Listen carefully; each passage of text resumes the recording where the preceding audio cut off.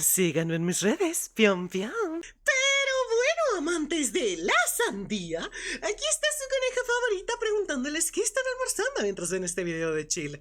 La verdad, me gusta hacer esto al principio de los videos, así que lo seguiré haciendo. A la gente le gusta responder. Pero bueno, aquí tenemos un video que me vieron del David Senkel. 5 personajes con más aura de la historia. Personalmente no me gusta el uso de la palabra aura porque no sé exactamente a qué se refiere. Pero hasta donde se refiere a que, pues, que eran chingones, ¿no? Que estaban chidos, estaban basados. Como esa escena de Jason Man, ¿no? Con el Beam en el doblaje de... Es el más chat, es el más basado. Tipo así, ¿no? Algo así es lo que me imagino. Que de paso... Yo soy una persona que tiene mucha afición por cosas de biología, animales, etc. Que es por lo principal que vemos a David Senko normalmente, ¿no? Pero... de historia. Uf, ahí no les voy a mentir, chatcito. Yo les voy a hacer una coneja bien honesta. No soy un choto, No soy un choto, bro. No tengo idea, tipo... No sé, es muy chistoso. He visto cosas de historia, la estudio cada tanto, para algunas cosas en específico. Me encanta conocer datos curiosos y culturizarme, pero mi cerebro retiene cero. Cero, bro. O sea, me entra por una de las zanahorias que tengo en los aretes y sale por la otra. Pero de la biología no, porque me sé todos los datos de dinosaurios que ocupo. Entonces es como que tal vez esté evitando el paso de información en mi pequeño cerebro de maní. Pero a saber, vamos a ver de qué te va el video. A lo largo de la historia han existido personajes Si lo pauso mucho es porque no sé, personas que han realizado hazañas, descubrimientos u obras que han cambiado el mundo para siempre y que han quedado plasmadas en las páginas de la historia. El pito de goma. Los verdaderos inmortales. Seguramente con esta descripción nos vendrán a la mente varios nombres, personajes importantísimos que resuenan incluso en aquellos a los que realmente no les interesa la historia. Pero dejando de lado los grandes sobre los que se han escrito ríos de tinta, también existen otros casos que no son tan conocidos por su importancia histórica en sí, sino por la clase de personajes que eran, su personalidad, carácter o acciones que de verdad les hacen parecer personajes mitológicos. Es de este tipo de personas de las que vamos a hablar hoy. Puede que no sean ni los más conocidos ni los más influyentes, pero son aquellos... Así es, chat, prepárense para el top 5 personajes que debieron estar en Record of Ragnarok. que parecen sacados de una novela, con la diferencia de que se trataba de personas de carne y hueso como tú y como yo, que debido a las circunstancias quedaron inmortalizados para la posteridad. Personajes que de verdad dejan a más de uno sin palabras, aquellos que solo pueden ser descritos como leyendas andantes. Así que hoy vamos a explorar a los que desde mi punto de vista son los personajes con más, y perdón por la expresión, aura de toda la historia. Espérate, me da risa el chat aquí. Puesto número 1, Adolf. ¡No!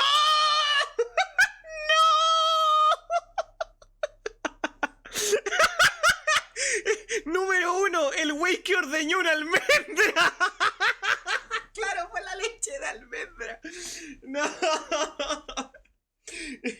Número 1, Pig Noche. No. Bro, by the way, no es chiste. Espérate, ¿les puedo mostrar algo contexto aquí? No sé, no sé cómo mostrarles algo contexto. Bro, me acordé de decir peak, no chat, ya saben, peak como épico, ¿no? Como God, no peak. No chat, un güey en los comentarios ignoró completamente que yo estaba hablando de las tragedias que le ocurrieron a los chilenos. Y dijo, comunista culiá, vos sos un imbécil, va la mierda el comunismo, viva PIC, no ched.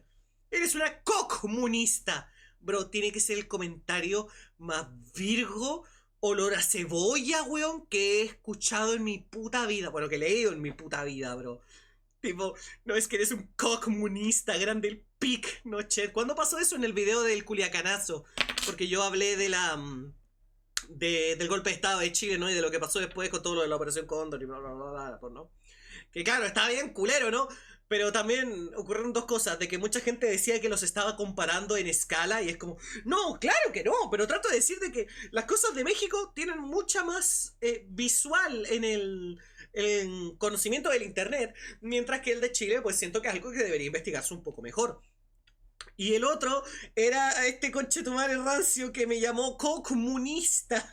Como si no pasara yo todo el video diciendo, bro, no me interesan los partidos políticos. Yo hablo del hecho de que aquí murió gente. Y el weón diciendo, pic noched, po weón. Pic noched. O sea, bro, Bro, un dictador que mató un chillón de gente en Chile, llamarlo así es como, bro. Es como, bro, es muy Skibidi de su parte. Bro, es como decir Skibidi Skibidi Adolf, ¿saben? ¿Saben a lo que me refiero? Y es como, bro. ¿Cómo saber cuándo los papas son primos XD? Sí, literal. De paso, ¿verdad? Que a los fachos les dicen que curan con sus primas. Pero bueno, ese es como el meme del rato, solo lo recordé, ¿eh? Intentaremos centrarnos en los moradores de los márgenes de las páginas, que si bien son eclipsados por otras personalidades, siguen siendo sin ninguna duda merecedores de estar aquí. Lo siento, Alejandro de Macedonia, pero hoy te toca quedarte en el banquillo. No os robo más el tiempo. Bienvenidos a un top algo menos serio de lo normal. El top de los personajes con mayor aura de la historia. Ok, eso es raro.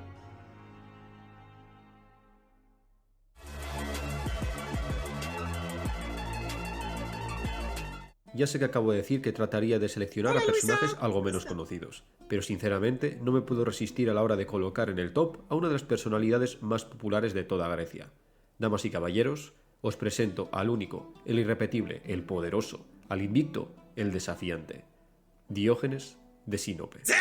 El señor Diógenes no necesita presentación alguna. El filósofo vagabundo...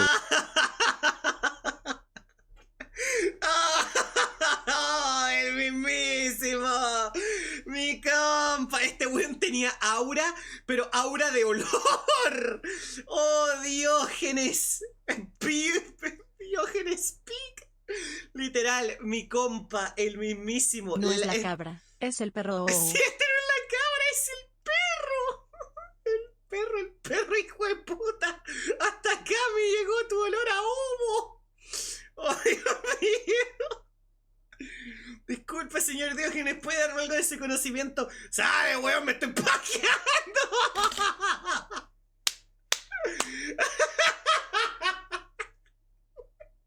Lo peor es que eso suena a algo que Diógenes diría.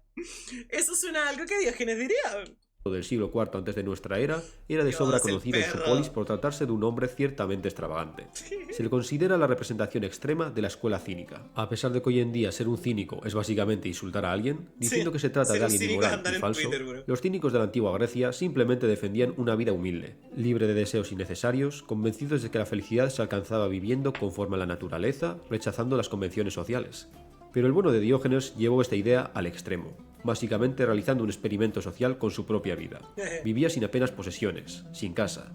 Entre las pocas posesiones de Diógenes se encontraba un cuenco que utilizaba para beber agua.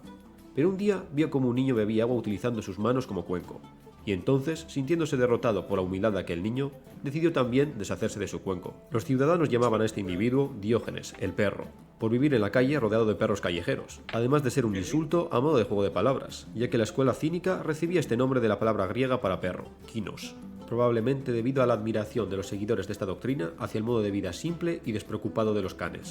Diógenes contestaba a estos insultos: sí, soy un perro, porque ladro la verdad, muerdo a los falsos y muevo la cola a los que me dan.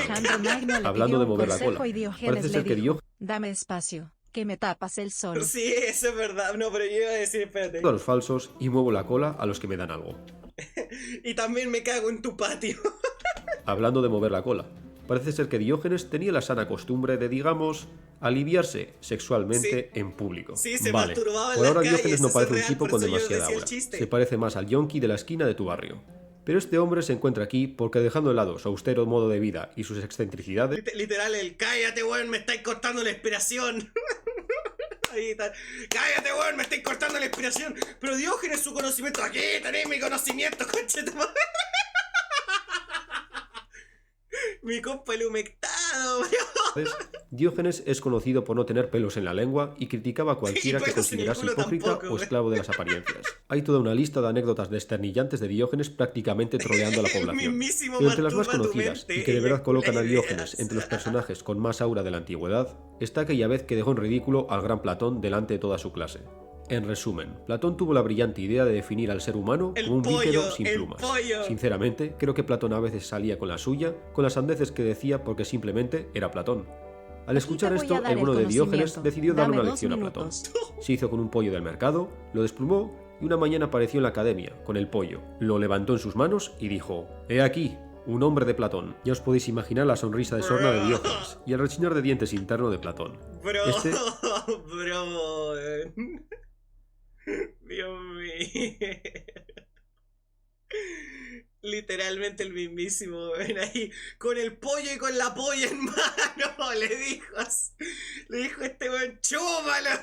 Se vio obligado a añadir a su definición de hombre un bípedo sin plumas y con uñas anchas. La otra anécdota que os relataré tiene conexión directa con el señor Aura en persona, Canguro, aquel que se quedaría con el primer puesto de este top si no fuese demasiado predecible. Alejandro Magno. El hombre más poderoso de Grecia sentía curiosidad por aquel personaje conocido como Diógenes. Así que un día decidió ir directamente a conocerlo. En una mañana luminosa en Corinto, Alejandro Magno, rodeado de su séquito, se acercó curioso al lugar donde Diógenes descansaba dentro de su famoso tonel, tomando el sol sin la menor preocupación. El poderoso conquistador se presentó como Alejandro, rey de Macedonia. Diógenes ni siquiera arqueó una ceja. Alejandro expresó su admiración hacia el filósofo, y le dijo con solemnidad que podía pedirle lo que quisiera. Diógenes apenas levantó la vista. Lo observó como quien mira a una nube pasajera. ¿Lo que sea?, preguntó el filósofo. Lo que sea, dijo Alejandro.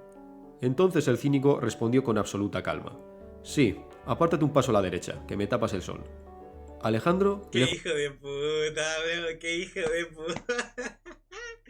Bro... Hoy en día los llamamos vagabundos. En esa época estaban tan llenos de conocimiento. Ay, bro. Después de tomárselo como una afrenta, sonrió y se alejó dejando a Diógenes tomando el sol. Más tarde, comentaría a sus acompañantes que, si no fuera Alejandro, querría ser Diógenes. El hombre más libre de Grecia se queda en este puesto. El mismísimo.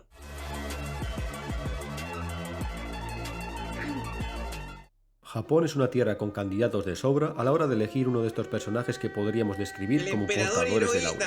Puede que el primero que nos venga a la mente no sea otro que el legendario Miyamoto Musashi, el imbatible samurái filósofo.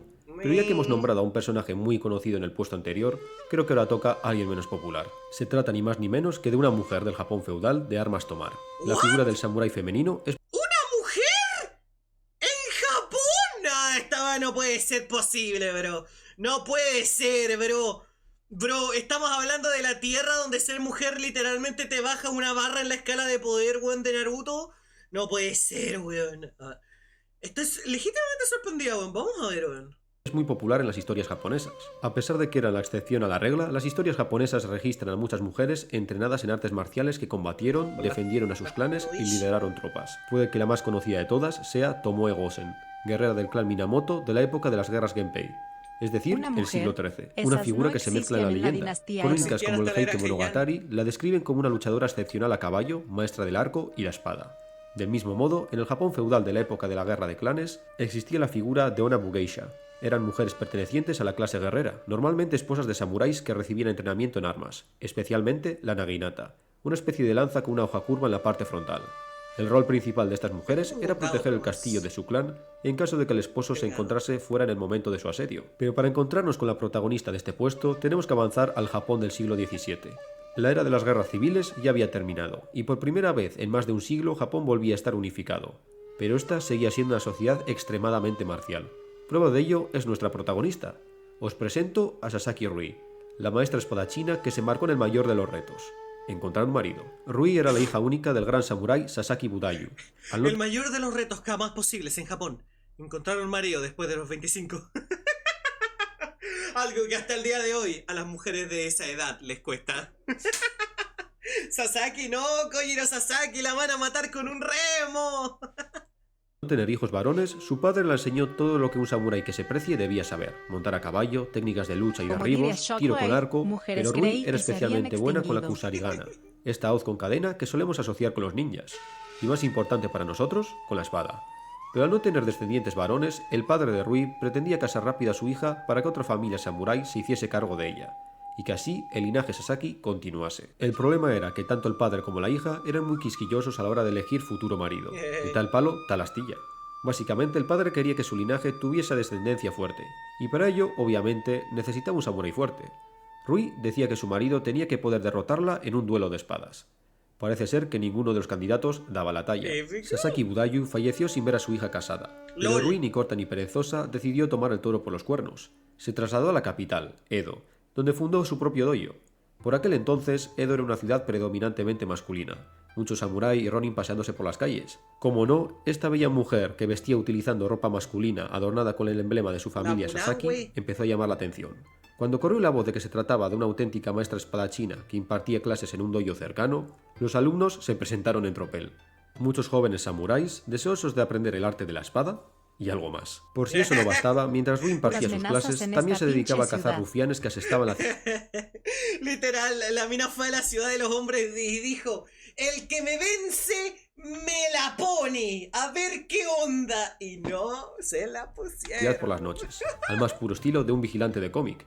En una de estas salidas en busca de bandidos, Rui dio una brutal paliza a un fanfarrón samurái maleante perteneciente a una conocida familia. Las autoridades comenzaron a preocuparse por esta mujer que se tomaba la justicia por su mano, así que el comisionado de Edo convocó a Rui para saber algo más de esta misteriosa mujer.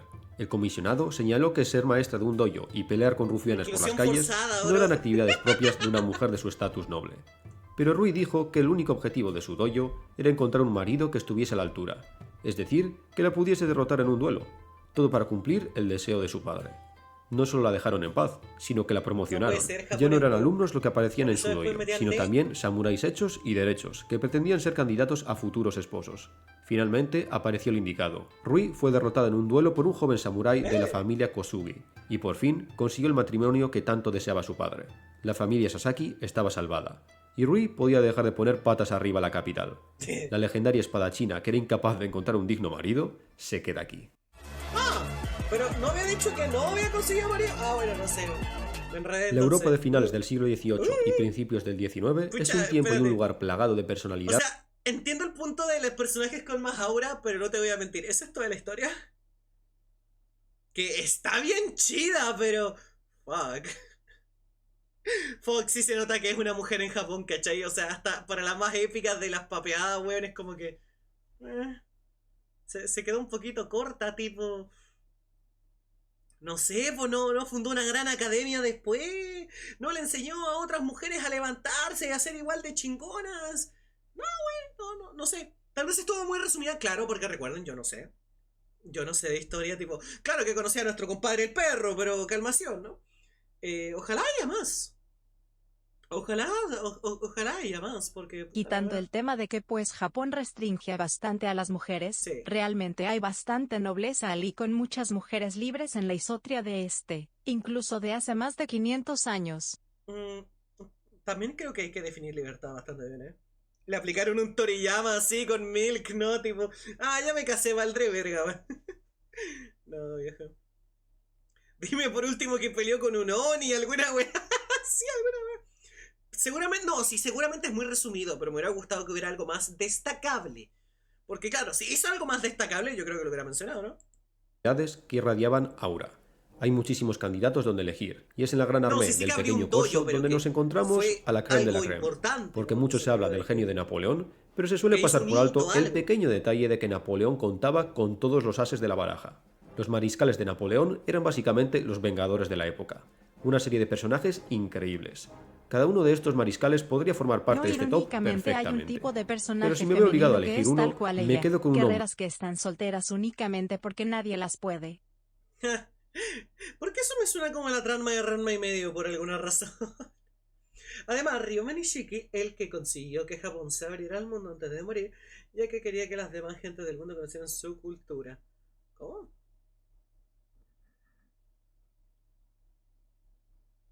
Napoleón era un enano, ¿no? Además que Napoleón era un cook, eso en menos 1000 de aura. Hombre, que no era conocido por ser ni el mejor estratega, ni el más honesto, ni el más inteligente, sino que era reconocido tanto por amigos como por enemigos precisamente por su aura intachable. Damas y caballeros, os presento al único, al inimitable, Joachim Murat, el hombre más elegante del campo de batalla. Murat se convirtió en la encarnación de la caballería. Su vida podría resumirse como una sucesión de cargas imposibles, uniformes inverosímiles y frases que parecían escritas por un héroe de una novela romántica. A pesar de sus humildes orígenes, desde sus primeras campañas en Italia junto a un jovencito Napoleón, su nombre se volvió sinónimo de audacia. Mientras otros generales analizaban mapas, Murat prefería la acción directa. Como buen líder de caballería, cabalgaba al frente de la formación realizando ataques rápidos como el rayo, que pillaban por sorpresa a los enemigos. Su heroísmo suicida era admirado tanto por los suyos como por sus enemigos. Por poner un ejemplo, los cosacos del Imperio ruso, conocidos de sobra por ser una de las caballerías más eficientes y despiedadas de su tiempo, idolatraban a Murat. Tanto así que en la campaña rusa, mientras dirigía sus tropas en el frente, Murat recibía vítores de los cosacos enemigos, que exclamaban ¡Hurra, Murat!, cada vez que veían al jinete ataviado con su excéntrico uniforme. A Murat se le recuerda tanto por sus hazañas como por su indumentaria barroca. Cargaba a veces vestidos con tal profusión de plumas, bordados y colores que algunos oficiales juraban que podía verse desde el otro lado del campo de batalla. ¿El caballo está usando un tigre? ¿Está usando leggings? Si parece la weá que como yo cuando estoy en casa. ¡Qué chucha!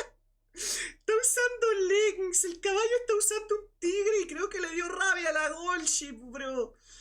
Miren, es Murat. Tómenme una foto con él. Literal, miren, es Murat. Tómenme una foto con él. ¿Lo mata? Oh no, hermano. Literal, más 500 de aura, tal cual. Un basado nomás monta un tigre montando un caballo en leggings para mostrar bien el paquete y el culo. Incluso antes que la artillería. Una vez cuando Napoleón le exigió presentarse de inmediato en el campo de batalla, antes de la batalla de Austerlitz, Murat respondió que necesitaba unos minutos más para, y cito, vestirse como corresponde a un rey de la caballería. Napoleón, con su carácter temperamental, bufó: «El enemigo no espera tus plumas, Murat». A lo que él replicó: «Tal vez no, sire, pero mis hombres sí». Y lo cierto es que tenía razón. La presencia del mariscal montado en corceles magníficos era un símbolo más poderoso que cualquier estandarte. Después de que la caballería francesa bajo su mando destrozase con una precisión casi musical las columnas austríacas y rusas, el malhumorado Napoleón tuvo que admitir, y cito: «Si Murat hubiera nacido tártaro, ya sería el emperador de toda Asia». Hay muchos ejemplos en la vida de Murat que son puro aura. Por poner otro, en la campaña de Egipto durante la batalla de Abukir contra los otomanos, Murat barrió la formación turca y consiguió a punta de sable capturar al jeque mameluco Mustafa Pasha. Pero también recibió un tiro de pistola a quemarropa que le atravesó la cara, dañándole la mandíbula. El cirujano de campo consiguió salvar a Murat de la terrible herida. Tras la batalla, Murat escribió una carta a su padre, narrando la batalla y la captura del sultán de Egipto como si fuese algo rutinario, y el tiro de la cara como un rasguño. Pero sí que subrayó a su padre que informase a las bellezas de Europa que el tiro en la cara no le desfiguró, y que a pesar de no ser tan guapo como antes, no será menos atrevido en el amor. Como no, Murat tenía la fama de ser un mujeriego. ¡Nah, qué basado! Yo ya decía, no me digas que se pone una máscara estilo Balduino, bro. Esa weá sí sería 20.000 puntos de aura. Pero no, el hecho de que siga diciendo nada, sigo igual de sabroso. Yo creo que es igual, Hasta el punto de que el mismísimo Napoleón muchas veces le llamaba precisamente eso, el mujeriego. Pero si tuviera que escoger un solo día para explicar quién fue Murat, ese día sería la batalla de Eylau, de 1807. En mitad de una ventisca en lo que hoy en día es Kaliningrado, el ejército francés se encontraba contra las cuerdas. Frente a ellos, un ejército ruso con superioridad numérica y el doble de cañones. La sangría era terrible en ambos bandos. El centro del ejército napoleónico estaba al borde de colapso. Napoleón por primera vez notaba la guerra de una gran derrota inevitable. En su desesperación, Napoleón buscó con la mirada a Murat. Joachim Murat, el rey de la caballería, envuelto en sus mejores galas, cabalgó hacia el emperador y esperó la orden. Napoleón ordenó: «Ve, Murat, sálvame el día». Es así como comenzó lo que muchos historiadores consideran la mayor carga de caballería en un sentido u otro. Napoleón no. De la historia. 10.000 jinetes, entre los que se encontraban coraceros, húsares y ulanos, avanzaban en oleadas. El estruendo de miles de cascos indicaba que algo terrible se aproximaba. Era un dragón de carne y acero, un torrente indomable que atravesaba la ventisca. Murat, sable en alto, encabezaba la tormenta. Las líneas rusas, sorprendidas por aquella avalancha imposible, se abrieron ante el impacto. Los jinetes franceses, envueltos en la nevada roja del combate, atravesaron una y otra vez al ejército enemigo, como un rayo que cae repetido sobre el mismo árbol. Cada carga era una afirmación feroz de que aún no estaba decidido el destino de Europa. La caballería francesa siguió avanzando siempre adelante. Murat casi llega a la tienda del general ruso, hasta que se vio obligado a retroceder. Pero después de la carga, las tornas de la batalla habían cambiado. Los hilos volvían a estar en las manos del titiritero de Francia. Murat regresó cubierto de hielo y sangre, pero aún erguido, como si la guerra misma hubiese decidido no tocarle. Murat consiguió convertirse en el rey de Nápoles gracias al nepotismo que caracterizaba al imperio napoleónico, pero fue en esta posición de poder donde conoció su final. ¿Y qué final? Tras la caída del efímero imperio francés, Murat sufrió el mismo desenlace que la mayoría de mariscales de Napoleón, fusilados para asegurarse que no habría un resurgimiento napoleónico, pero incluso en su ejecución la actitud de Murat fue digna de su figura. El día de su fusilamiento marchó hacia el lugar de la ejecución vistiendo su uniforme de mariscal. No aceptó la silla que le ofrecieron, y tampoco consintió que le vendasen los ojos. Es entonces cuando se dirigió a sus ejecutores. He desafiado la muerte en demasiadas ocasiones como para tenerla miedo. Acto seguido, después de besar un cristal de cuarzo que tenía el rostro de su esposa grabado, él mismo dio la orden con el tono cortés que le caracterizaba. Respetad mi rostro. Apuntad al corazón. ¡Fuego! ¡Dios! El indomable rey de la caballería se queda en este puesto. ¡Dios! Es que, ¿ven a lo que me refiero? Entre el perro y este cabrón, la mira samurái se me queda muy corta, bro. ¡Dios! Es que me lo imagino muriendo dando una reverencia, así como, bueno chicos, el show se detiene. ¡Pum! Durísimo. Durísimo. Durísimo, bro. ¡Viejo! ¡Wow! Un verdadero caballero, claro. Bro, un día voy a estar en un top de VTubers con mayor aura después de que la gente se entere más de las historias que soy básicamente inmortal, bro. ¡Algún día! ¡Algún día! Se vale soñar. El personaje que nos encontramos aquí parece sacado directamente de una historia de fantasía oscura. No sé si habéis leído, o por lo menos si estáis familiarizados con la obra de Kentaro Miura, Berserk. ¡No mames! Y su protagonista, el espadachín negro, Guts. Pues la persona que guarda este puesto es lo más cercano que hemos estado a tener a Guts de la vida real. Hasta el punto que comienza a sospechar que el autor tomó cierta inspiración de este sujeto. Un guerrero temido de fuerza sobrehumana, armado con un montante, que jugaba bajo sus propias reglas, llevando a cabo proezas increíbles. La vida de este hombre fue tan interesante que tuve que asegurarme de que de verdad se trata de un individuo real y no de un personaje mítico. Puede que algunas de sus gestas fuesen exageradas, pero lo cierto es que es innegable la existencia de este personaje. Sabemos dónde nació, qué estudió, dónde combatió, bajo las órdenes de quién actuó y dónde descansan sus restos. Damas y caballeros, os presento al Sansón extremeño. Diego García de Paredes, natural de Trujillo, Extremadura. Ya de adolescente había alcanzado la estatura de un gigante, medía más de 2 metros, además de estar dotado de una fuerza descomunal y una agilidad increíble. Provenía de una familia de hidalgos, por lo que ya desde pequeño le instruyeron en el uso de las armas. Era especialmente bueno con el arma que se convirtió en su símbolo, el montante, un espadón de 2 manos. En 1496, a sus 28 años y tras la muerte de su madre, que le afectó mucho, partió para Italia para enrolarse allí como soldado de fortuna. Italia en la época renacentista estaba formada por pequeños reinos y ciudades-estado independientes, que competían entre sí, siempre bajo el peligro de que una potencia extranjera entrase a agitar el avispero, en este caso el Reino de Francia y sus ambiciones expansionistas en la península italiana. Este era el comienzo de las famosas guerras italianas, una serie de conflictos que vieron la transición de la Edad Media a la Edad Moderna. La intervención española en la primera fase del conflicto tenía como objetivo detener a los franceses en el Reino de Nápoles, un territorio italiano tradicionalmente bajo el Reino de Aragón. Es en estos conflictos cuando nace la fama de Diego, hasta el punto de que el mismísimo Papa Alejandro Borgia le nombró escolta personal cuando se enteró de sus habilidades de combate. Pero Diego decía que el Papa no pagaba demasiado bien, además de ser un trabajo bastante aburrido. Así que dejó su trabajo de escolta y volvió a los campos de batalla, esta vez a modo de soldado bajo las órdenes del legendario Gonzalo Fernández de Córdoba, más conocido como el Gran Capitán. Me encanta la historia de este señor. Tiene mucha aura. No, bro, durísimo. El Papa paga poco. Chinga tu madre. Dios mío. Diego se convirtió en el devoto seguidor del Gran Capitán, algo que parece ser mutuo, ya que en las memorias del Gran Capitán hace hincapié en su buena relación y subraya las increíbles gestas del guerrero. Fue en este tiempo de servicio donde nos encontramos los ejemplos más locos que convierten a Diego García de Paredes en uno de los personajes históricos con mayor aura. El hombre tiene anécdotas increíbles de sobra. Literalmente luchó en todas las esquinas del Imperio Hispánico. Italia, el Danubio, Viena, el norte de África, Grecia... Pero resumiré muy brevemente 3 de las más increíbles. Los otomanos habían tomado recientemente la isla de Cefalonia, en Grecia, una base veneciana. Las tropas del Gran Capitán, junto a las tropas venecianas, fueron enviadas para liberar la isla en el año 1500. Pero el ataque debía ser rápido, para evitar que los otomanos enviasen refuerzos. Tras una serie de escaramuzas a lo largo de la isla, el objetivo final era tomar la fortaleza de San Jorge, donde se refugiaban las tropas otomanas. A pesar de que las tropas cristianas superaban a los otomanos 10-1, la escarpada fortaleza complicaba mucho el asalto, y no podían perder el tiempo en un asedio.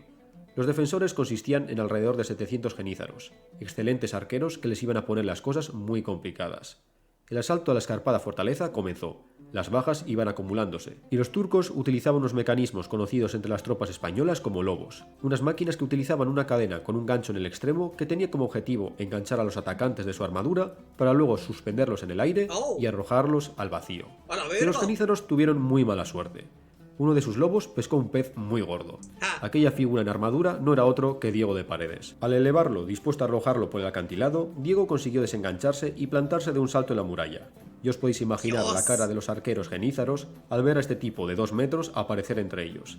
Diego comenzó a limpiar la muralla utilizando su espada y durísimo, bro.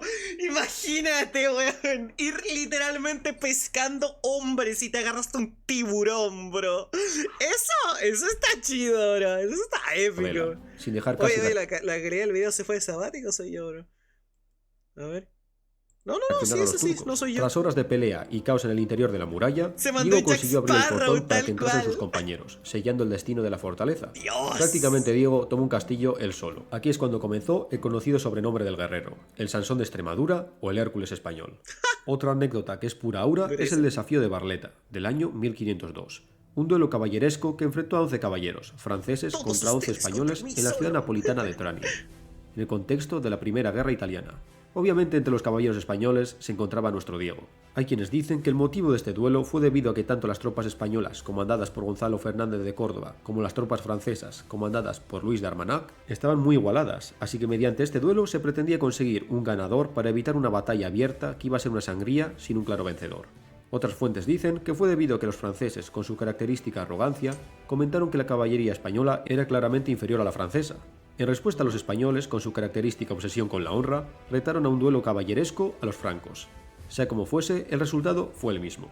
Un grupo de jueces neutrales venecianos delimitaron el campo de combate, una plazoleta, y el enfrentamiento comenzó entre ambos bandos rodeados por una muchedumbre de espectadores. El enfrentamiento entre los caballeros se alargó horas. Hay quienes dicen que hasta 5 horas de cargas constantes. Uno de los caballeros franceses falleció, otro más se rindió. El resto de caballeros franceses heridos se atrincheraron en una esquina de la plaza detrás de sus caballos que yacían muertos, para evitar las cargas de los caballeros españoles. El bando español no estaba en mejores condiciones, muchos de ellos heridos, y los caballos agotados, negándose a acometer a los atrincherados franceses. Viendo el panorama, tanto franceses como españoles parecían querer detener la disputa, pero Diego solo concebía la victoria absoluta. Desmontó de su caballo agotado y dijo que de aquel lugar los había de sacar la muerte de los unos o de los otros. Como ya andaba desarmado, el extremeño cogió las enormes piedras que delimitaban el campo de batalla y comenzó a lanzárselas a los franceses, quienes comenzaron a huir despavoridos. Pero a pesar de este espectáculo, los jueces venecianos sentenciaron un empate. Pero la gesta más legendaria de Diego no fue otra que el puente sobre el río Garellano, en el año 1503. Pobres las sumas, pero bro, literalmente los espantó a piedrazos. Bueno, por ahí venía el coso de Sansón, ¿no? Ah, no, espérate, ¿así era? Se iba a dar una gran batalla entre las tropas españolas y las francesas, separadas por el río, pero ninguna quería ser la primera en cruzar. Así que el gran capitán ordenó a los hispanos simular una retirada, para tentar a los franceses a cruzar y así poder luchar en campo abierto. Pero parece ser que Diego no escuchó la parte de simular, porque se tomó la orden de retirada como una afrenta a su honor. En un arrebato de los suyos, que era bien conocido por sus semejantes, Diego abandonó la formación y se dirigió solo al único puente que cruzaba el río. La figura acorazada avanzaba en solitario por ese puente de madera que crujía bajo sus pies, blandiendo... No, lo va a hacer. Lo va a hacer, bro. No, lo va a hacer. ¿Lo va a hacer, chat? ¿Lo va a hacer? Uy, todos sabemos lo que se viene, ¿no? Lo va a hacer.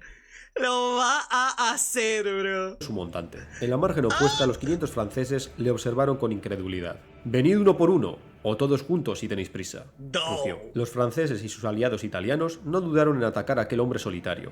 Pero había un problema. El puente era estrecho. A lo sumo solo podrían atacarle de 2 en 2 sin herirse los unos a los otros.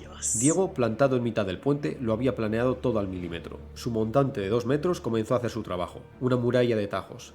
Las picas y alabardas enemigas se partían, y si uno se acercaba más de la cuenta, probaba el acero del guerrero de primera mano. Diego no solo mantenía a raya a los atacantes, sino que estaban retrocediendo bajo la presión de ese ejército de un solo hombre.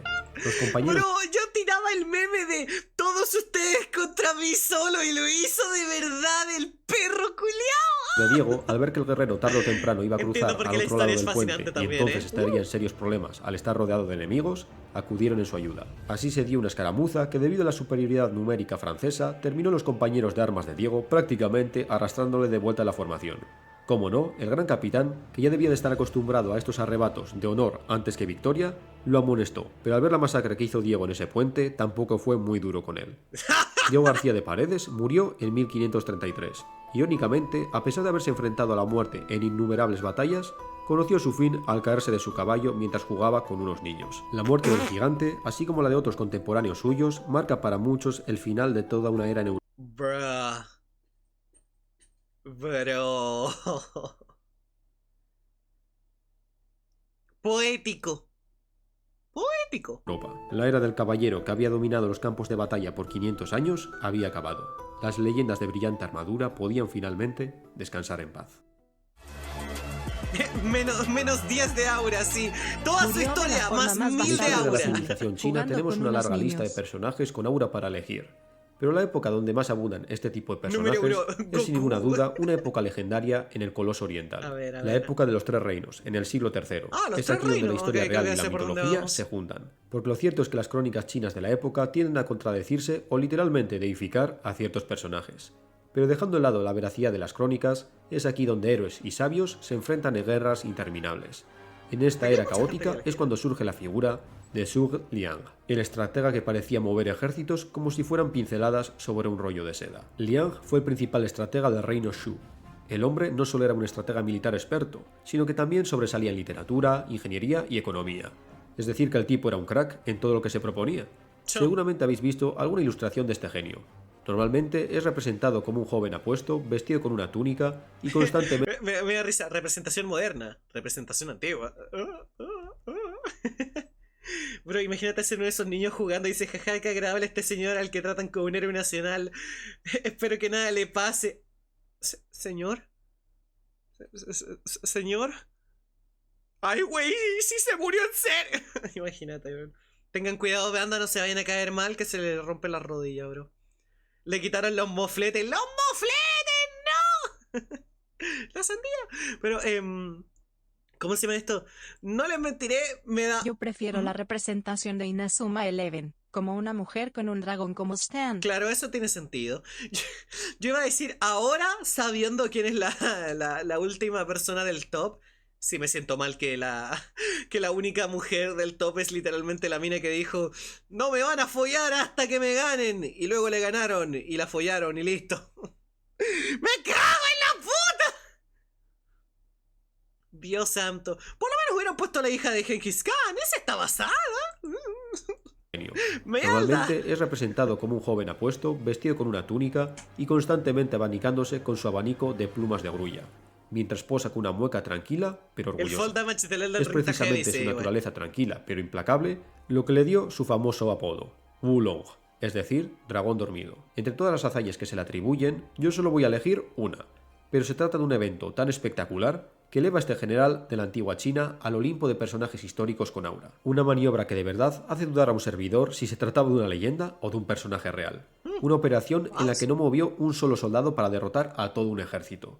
Básicamente, porque no tenía ningún soldado. El suceso se sitúa durante una de las campañas en las que Liang, regente del reino de Shu en aquella época, debía sostener la defensa de sus fronteras frente al temible general Sima Yi, un rival astuto y tenaz. Lamentablemente Liang había ordenado a sus tropas ir en busca de provisiones, pensando que Sima Yi todavía no se habría percatado de su presencia. Pero una mañana, un gran ejército de decenas de miles de soldados, dirigido por su caudillo rival, se presentó frente a las puertas de la ciudad. Liang solo contaba con apenas un puñado de oficiales, sin tropas suficientes para resistir ni una hora contra el ejército enemigo si se disponía a tomar la ciudad por asalto. La cosa no pintaba bien. A cualquier otro estratega le habría temblado el pulso. Pero este estratega en concreto no se encuentra en este top por casualidad. Para él, la adversidad era un lienzo vacío donde podía pintar una nueva victoria. Seguramente los atacantes esperaban ver los defensores corriendo como locos por las murallas, preparándose para el inevitable asalto. Pero en lugar de eso, encontraron una muralla completamente vacía, sin un sonido de voces o tambores, como una ciudad fantasma. Es entonces cuando las colosales puertas de la ciudad se abrieron de par en par. Al otro lado de la puerta, una larga calle completamente vacía, como si toda población hubiese desaparecido. El nerviosismo comenzó a expandirse entre las líneas de Sima Yi. ¿Acaso Su Liang había evacuado toda la ciudad antes de su llegada? Eso sería imposible. Los exploradores del ejército se habrían percatado de semejante multitud moviéndose por los caminos. El orgulloso caudillo estaba confundido, pero su confusión no hizo más que aumentar cuando una solitaria figura apareció en la muralla sobre la puerta de la ciudad. El silencio en la explanada era total, pero un sonido comenzó a llegar a los oídos del ejército invasor. Una tenue melodía musical que provenía de aquella persona de la muralla. Esa persona estaba sentada tranquilamente en la muralla, tocando un liuqi, un instrumento de cuerda similar a un laúd. Todo estaba claro ahora. Aquella persona de túnica blanca impoluta no era otra que el gran Su Liang. Lo que antes era nerviosismo comenzó a convertirse en horror. La fama del estratega era de sobra conocida. Los rumores se expandían como la pólvora. Espérate, me parece que me estoy tomando esto súper en serio y el chat está diciendo: Su Liang, ¡proteja la sandía!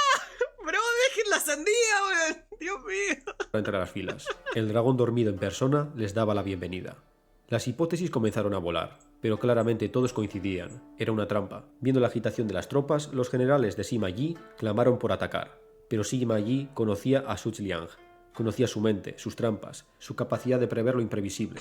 Ante la visión del estratega sentado en completa calma, sonriendo sin temor alguno, no podía sino sentir un terrible escalofrío bajándole por la columna vertebral. Entre las crónicas populares se cuenta que mientras Sima Yi observaba dudoso, un oficial suyo murmuró: ¿no será esto solo una treta desesperada?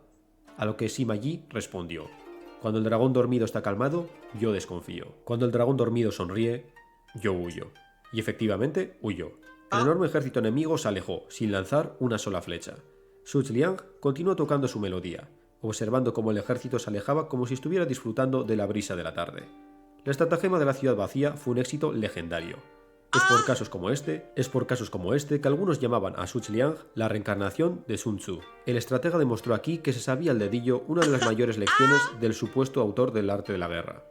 Aparenta ser débil cuando eres fuerte y aparenta ser fuerte cuando eres débil. El hombre que derrotó a un ejército entero solo con una melodía de su laúd se queda con el primer puesto.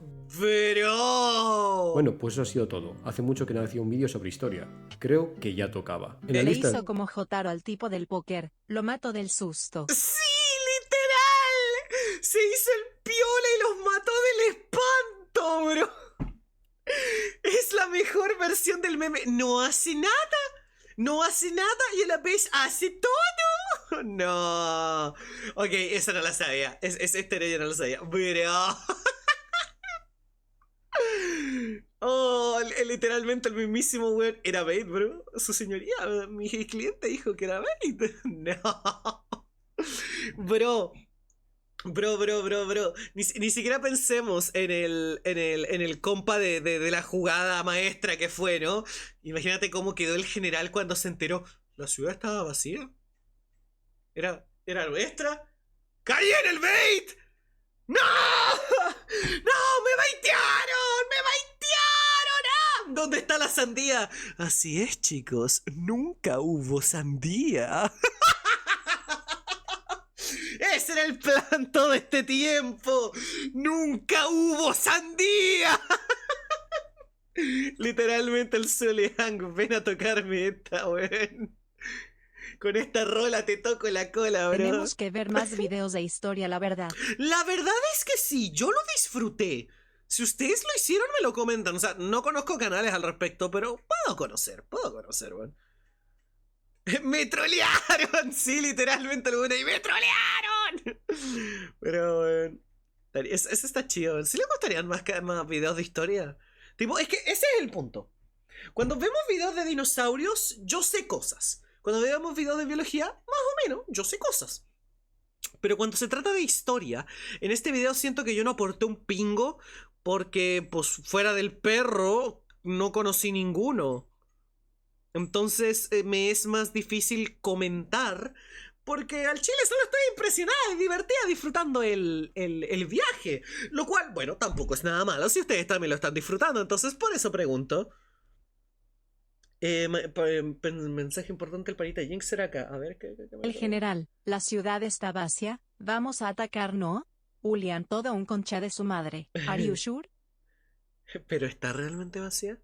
Era baiteo, ¿no? Lo único que veo es que el güey diciendo que era baiteo. Ahí está. Hola, jefecita. Quería aprovechar antes de que acabe el video para compartirle que el jueves termina la secundaria. ¡Let's go! Pasado, ¿eh? Un gusto, ¿eh? Bienvenido a la vida adulta. Impuestos. Ay, la modelo CM. Bienvenido a la vida adulta. Impuestos. Depresión. A veces ambos. Solo debía una materia y aprobé todo. ¡Qué bien! Quería agradecerle por carrear mis horas más emotivas y bautistas en estos 2 años que la sigo. ¡Verga, en 2 años si lograste graduarte! ¡No, qué lindo! Pero esa es una chingona historia. ¡Ah! ¡Me van con el video! ¡No, qué épico! ¡Qué épico, bro! ¡Qué épico! Para mejorar uno tiene que salir de su zona de confort. O sea, estoy completamente de acuerdo. Digo, yo no estoy diciendo de que es que no le sea la historia, por ende no veremos de historia. No. Para nada. Yo por el contrario estoy diciendo, no le sea la historia. Troleador cara. No podré hacer lo que hago siempre, que es, pues, hablar mucho del tema y expandir el contenido del video. Porque, claro, si es video de comedia, trato de expandirlo con mis anécdotas. Si es video de historia, trato de expandirlo con mi conocimiento. Es lo que hago. Sé que el trabajo del reaccionador es ver un video y decir, ¡oh! ¡Wow! Y describir lo que está ocurriendo en pantalla. Pero yo siempre he sentido de que para dar un buen contenido de calidad tengo que expandir el contenido base del video. O por lo menos lo intento. Entonces por eso, que si les gustan los videos de historia, por favor díganmelo muy en serio. Cuando suba este video déjenmelo en los comentarios bien claro. Porque si es así y veo que le va bien en views a este video, legítimamente lo haría mucho más seguido. Lo haría mucho más seguido. Que en una de esas hacemos los viernes de historia. No, ok. No sé si tanto, pero como siempre, todo. Yo encantada de complacerlos, así que todo depende de ustedes, chat. Qué lindo, man. Quería que la mascota dijera el mensaje, pero apreté en el botón tranquilo. La Cherry lo leyó. La Bunny se expande, o sea, claro. Si ustedes gustan, adelante.